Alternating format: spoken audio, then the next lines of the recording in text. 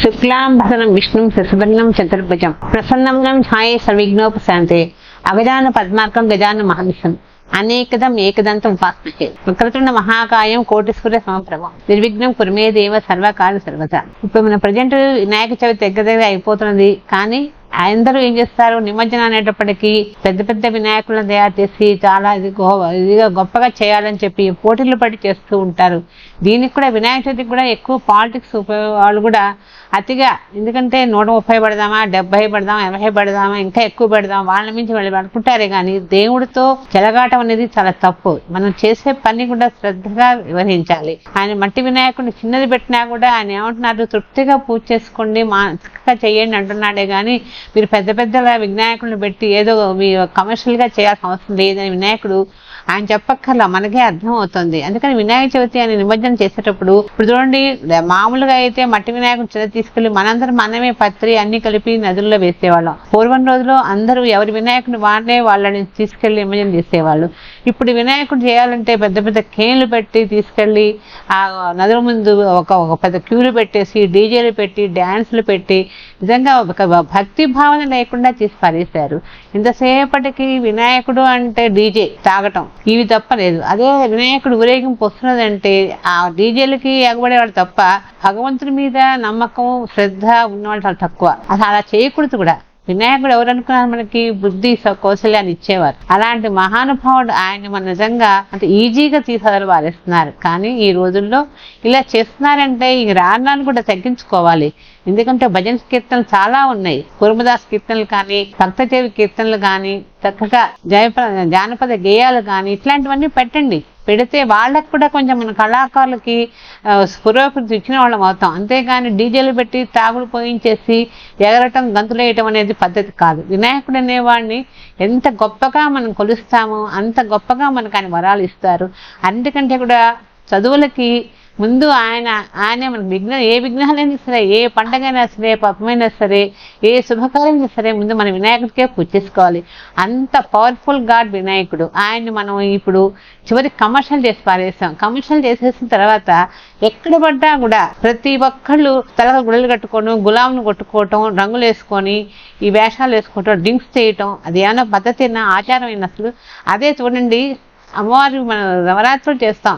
నవరాత్రులు 9 రోజుల్లో కూడా అమ్మవారికి మరి అప్పుడు కూడా కొంతమంది చేస్తున్నారు. కానీ ఏంటి చేసిన దానికని ప్రతిఫలం కనపడుతుందా? ఏముండదు. ఎందుకంటే చేసేది కూడా కరెక్ట్గా ఉండాలి. భగవంతుడు మనకి ఎప్పుడైనా సరే మోక్షం ఇవ్వాలన్నా మంచి కార్యక్రమాలు చేయాలన్నా కూడా మనం చేసే పద్ధతిని బట్టే మనకు అన్నీ కూడా గలుస్తూ ఉంటాయి. అలాగే ఆయనకి ఇప్పుడు రోజులు పిల్లలు పద్యాలు చదివేవాళ్ళు లేరు, ఏమీ చేసేవాళ్ళు లేరు. పిల్లలు కూడా అన్ని రెడీమేడ్ దొరుకుతున్నాయి తీసుకొస్తున్నారు, అది పెట్టేస్తున్నారు, పూజ చేసేసుకుంటున్నారు. ఆ పూజ కూడా ఏంటి చేయాల్సి వచ్చింది, ఎందుకో అయిపోతే బాగుండు, తొందరగా ఈ పూజ అయిపోతే బయటకు వెళ్ళిపోదాం ఆలోచనలో కూడా ఉంటున్నారు. ఇవన్నీ చేస్తున్నారు. కానీ పిల్లల్లో కొంతమంది నదులకు వెళ్ళిన వాళ్ళు ఉంటారు. పెద్ద పెద్ద వినాయకులను పెట్టుకున్నప్పుడు తప్పదు, పెద్ద పెద్ద కృష్ణానది వాడికి వెళ్ళి పేర్లు పెట్టి ఊరేగి నిమజ్జనం చేసుకోవాల్సిందే.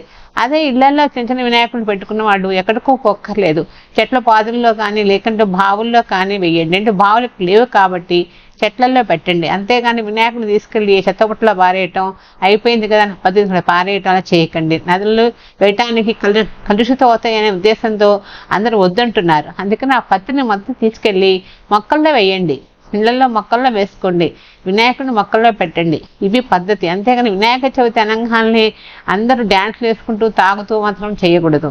ఏదైనా సరే చేసే ప్రతి పని మీద భక్తి శ్రద్ధ ఉంది. భక్త్యాం లబ్ధి జ్ఞాని అన్నట్టుగా ప్రతి కూడా శ్రద్ధను బట్టే మనం చేయగలుగుతాం. మనం చేయాలి అనే నమ్మకం మనం పెట్టుకోవాలి మనసులో. అలా అలాగే ఇప్పుడు స్వామివారికి ఎన్ని శ్లోకాలు లేవు, ఎన్ని పద్యాలు లేవు. ఇప్పుడు పిల్లలు ఎవరన్నా పద్యాలు పాడుతున్నారా, మింజడు తీస్తున్నారా?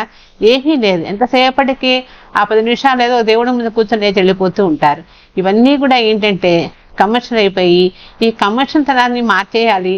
ఆధునిక యుగంలో మనం ఇవన్నీ కూడా పూర్వం నుంచి 9 మంది శాస్త్రం మనం వాడించినట్లయితే అన్నీ బాగుంటాయి.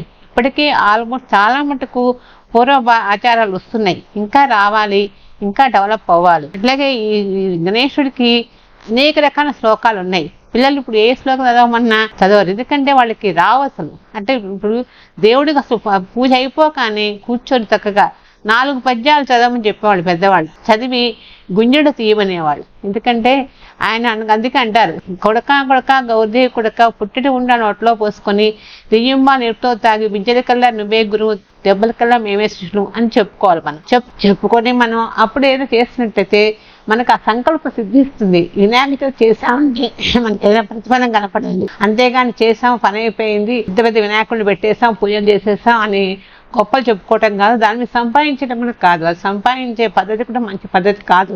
ఈ రోజులను బట్టి చాలా మటుకు భక్తిభావం తగ్గిపోయేటప్పటికీ మనకి ఇలాంటి వరదలు అరాచకాలు కూడా అధికంగా అయిపోయినాయి. ప్రతిదీ కూడా శాస్త్రయుక్తంగా చేసినట్లయితే భగవంతుడు ఎప్పుడు కరుణిస్తాడు. భగవంతుడు మన ఏంది ఎప్పుడూ ఆయన కటాక్షం ఉంటుంది. అందుకని ప్రతి ఒక్కళ్ళు కూడా చక్కగా నిమజ్జనం చేసేటప్పుడు జానపద గేయాలు చక్కగా నగర సంకీర్తనలు పెట్టుకొని చేసుకోండి. విశ్వాస పారాయణ చేస్తూ వెళ్ళండి. ఇట్లాంటి చేసి స్వామివారిని తీసుకుని నిమజ్జనం చేసినట్టయితే ఎంతో గొప్పగా ఉంటుంది.